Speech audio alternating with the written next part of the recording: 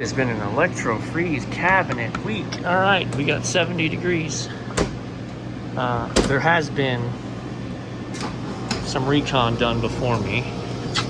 Okay, but let us go to the. Let's stop this. Let's prime the pump. Oh nope, we got nothing in it. Let's not prime the pump. All right, there's a workaround. What we're gonna do is put it in night mode, which still isn't great, but hit the button, hear the fans come on. So we got a condenser fan, okay? So we know that's good. So right now the cabinet should be running. This is the irritating one that the cabinet's not up here, it's down there. We have a condenser fan, but it has no compressor.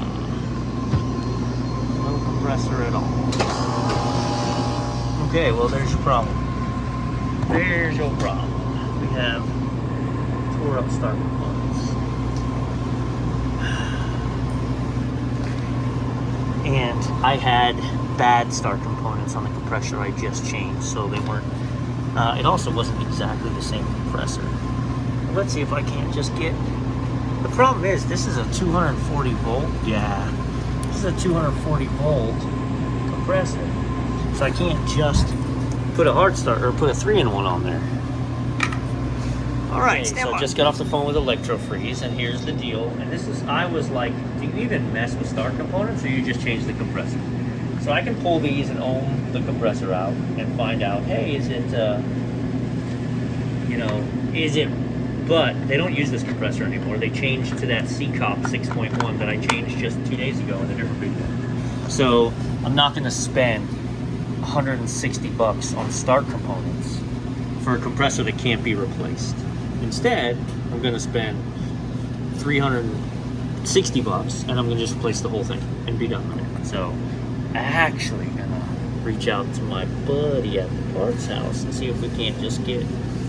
He's not gonna, I doubt he's gonna have a compressor that's gonna fit this now because it's 240 volts, but let's see what happens.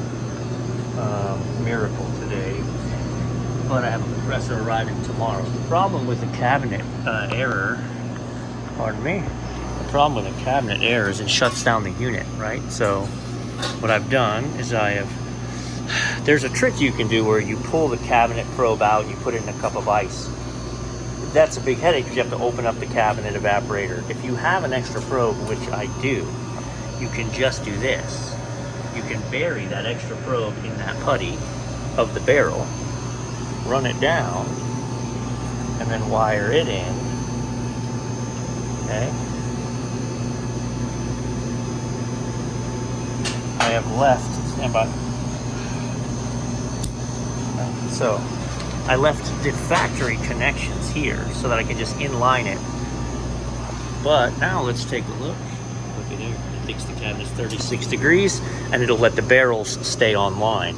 They will fill the bucket with ice inside and then put the bag on ice. So the product is legitimately holding temp and the machine is fooled into thinking it's holding temp on its own, and